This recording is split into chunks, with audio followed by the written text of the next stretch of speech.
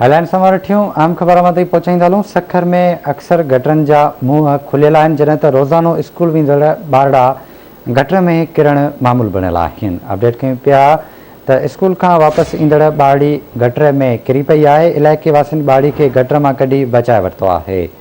आगाह कयूं पिया हिन अहम ख़बर बाबति। सखर में अक्सर गटरनि जा मुंहं खुलियल आहिनि। रोज़ानो स्कूल वेंदड़ ॿारड़ा गटरनि में किरण रोज़ जो मामूल बणियल आहिनि। स्कूल खां वापसि ईंदड़ ॿारड़ी गटर में किरी पई आहे। तफ़सील मालूम कंदासीं सखर मां शाहिद चना खां। शाहिद चना, छा तफ़सील आहिनि?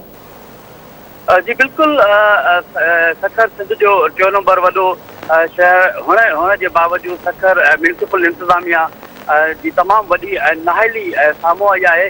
सखर में अक्सर गटरनि जा मुंहं खुलियल हुजण जो इंकशाफ थियो आहे। रोज़ स्कूल वेंदड़ ॿारड़ा गटर में किरण मामूल बणिजी वियो आहे। सखर में स्कूल खां वापसि ईंदड़ ॿारड़ी गटर में किरी पई आहे।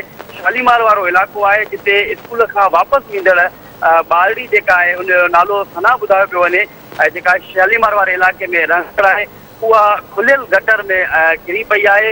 ऐं इलाइक़े वासियुनि ॿारड़ी खे फौरन जेको आहे उन गटर मां कढी करे हुनजी जान बचाई आहे। पर उतां जे माण्हुनि जो चवणु आहे त अक्सर करे म्यूनिसिपल इंतज़ामिया जी तमामु वॾी इहा नाहिली आहे जो मेन शहरनि जा ऐं घटियुनि में पाड़नि में जेके गटर नाला आहिनि जेके तमामु वॾा आहिनि, उन्हनि जा मुंहं खुलियल जेके आहिनि, उनजे करे जेको आहे रोज़ जेके हादसा जेके आहिनि ॿारनि जा किरण जा उहे मामूल बणिजी विया आहिनि। उन्हनि मुतालबो कयो आहे त म्यूनिसिपल इंतज़ामिया खां, ज़िले इंतज़ामिया खां त गटरनि जे मथां जेके उनजा जेके ढकणा आहिनि उहे रखिया वञनि त जीअं स्कूल वेंदड़ ॿारड़ा ऐं आम माण्हू जेके आहिनि उहे महफ़ूज़। ठीकु आहे शायद, वॾी महिरबानी अव्हां जी तफ़सील खां आगाह करण लाइ।